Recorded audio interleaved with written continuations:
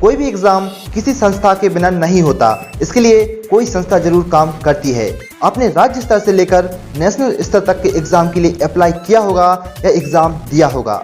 National स्तर तक के एग्जाम आदि के लिए भी संस्थाएं होती हैं। इसी तरह एक नेशनल स्तर तक का एग्जाम करवाने वाली संस्था यूपीएससी है। यूपीएससी सिविल सर्विस परीक्षा से लेकर इंडियन फॉरेन सर्विस परीक्षा तक लगभग 24 एग्जाम कंडक्ट करवाती है, जिसकी बदौलत लाखों कैंडिडेट सरकारी नौकरी का अपना खौफ पाने में सफल हो जाते हैं, जिससे वह अपनी लाइफ आसानी से निर्वाह कर पाते हैं। तो आइए फाइंडर्स, इस वीडियो के माध्यम से यूपीएससी से संबंधित और जानकारी प्राप्त करते हैं एवं कुछ क्वेश्चंस जैसे कि यूपीएससी का फुल फॉर्म क्या होता है, यूपीएससी कौन कौन से एग्जाम कंडक्ट करवाती है, यूपीएससी का स्ट्रक्चर कैसा है, यूपीएससी की स्थापना कब हुई थी और एग्जाम के अलावा यूपीएससी के अन्य कार्य क्या क्या हैं के आंसर भी जानते हैं। तो चलिए शुरू करते हैं और सबसे पहले जानते हैं यूपीएससी का फुल फॉर्म क्या होता है।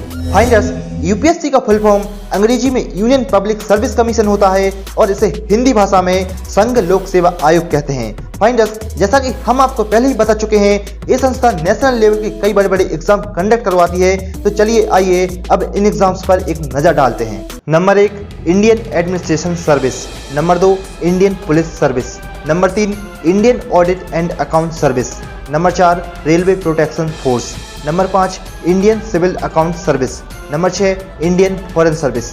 Number 7, Indian railway traffic service. Number 8, Indian revenue service IRS IT। Number 9, Indian postal service. Number 10, Indian railway personnel service. Number 11, Indian defence estate service. Number 12, Indian information service.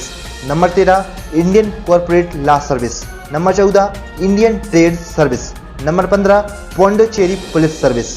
Number 16, armed force headquarter civil service. Number 17, Indian revenue service IRS C&CE। Number 18, Delhi Andaman and Nicobar island civil service. Number 19, Indian ordnance factory service. Number 20, Delhi Andaman and Nicobar island police service. Number 21, Indian post and telecommunication account and finance service. Number 22, Pondicherry civil service. Number 23, Indian defence account service. Number 24, Indian railway account service. Finders, ये 24 exam UPSC संस्था द्वारा ही conduct कराई जाती हैं। आइए अब जानते हैं यूपीएससी का स्ट्रक्चर कैसा है। फाइंडर्स, इस संस्था का स्ट्रक्चर भी बाकी अन्य संस्थाओं की तरह ही है। इसमें भी कर्मचारी और अध्यक्ष होते हैं। इस संस्था का मुख्यालय नई दिल्ली में स्थित है। इस आयोग के जितने भी सदस्य होते हैं उन्हें राष्ट्रपति द्वारा चुना जाता है। इन सदस्यों का कार्यकाल 6 वर्ष तक का होता है या 65 वर्ष तक की आयु तक। ये जब चाहें अपने पद से राष्ट्रपति को इस्तीफा दे सकते हैं। इतना ही नहीं, अगर ये सदस्य कभी अपने पद का दुरुपयोग करते हैं तो राष्ट्रपति को इन्हें बर्खास्त करने का अधिकार भी होता है। आजादी से पहले ही 1919 के भारतीय शासन विधान में ही यूपीएससी जैसे आयोग की स्थापना पर विचार कर लिया गया था, लेकिन उस समय इस आयोग को कई कारणों से बनाया नहीं जा सका था। इसके बाद इसकी स्थापना के लिए अंग्रेजी शासक लॉर्ड ली के द्वारा 1923 में विचार विमर्श देने के लिए एक रॉयल कमीशन बनाया गया। इस कमीशन का उद्देश्य इस आयोग की स्थापना पर बल देना था, ताकि जल्द से जल्द इस आयोग की स्थापना कराई जा सके। इस आयोग की स्थापना पर अपने विचार रखने से अक्टूबर 1926 को इस आयोग की स्थापना हो पाई। इस आयोग की स्थापना का उद्देश्य बड़े बड़े पदों पर अधिकारियों की भर्ती करना आदि रखा गया था। इसके पहले अध्यक्ष सर रॉस बार्कर थे। चलिए आइए अब जानते हैं यूपीएससी एग्जाम के अलावा और कौन कौन से कार्य करता है। फाइंडर्स, नेशनल लेवल तक के एग्जाम करवाने के अलावा ये आयोग कई ड्यूटीज का निर्वहन करता है, जिन्हें आपको जान लेना चाहिए। यह आयोग समय समय पर भर्तियों के लिए नियम बनाने और उनमें बदलाव करने का काम करता है। विभाग से जुड़ी पदोन्नति करने के लिए कई तरह की समितियों को बनाने का काम भी ये आयोग करता है। अगर राष्ट्रपति के द्वारा कोई मामला दिया गया है तो उसको सुलझाने के लिए कार्य करना भी इसी का काम है।